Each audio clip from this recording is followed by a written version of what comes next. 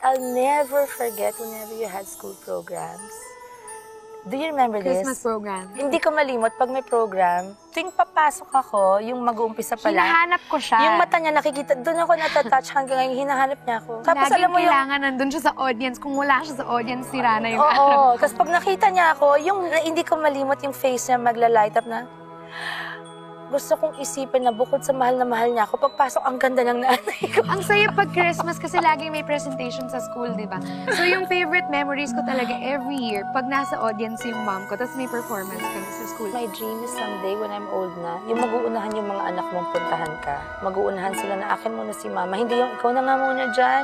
No matter what changes in our lives as a family or as mother-daughter, sana yung pagka-mother-daughter namin, sobrang maging mas close pa talaga. She's my baby. She always will be. Kahit malaki na yan.